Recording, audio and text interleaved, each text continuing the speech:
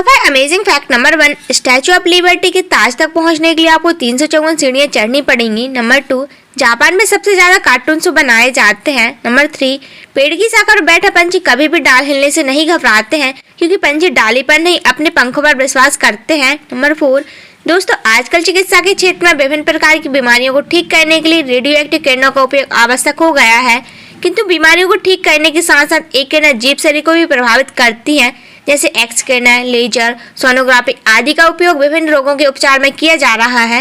इस तरह के लाभ पहुंचाने के साथ साथ शरीर की कोशिकाओं व ऊतकों को भी प्रभावित करती हैं, जिसके बाद में कैंसर जैसी खतरनाक बीमारी होने का खतरा पैदा हो जाता है।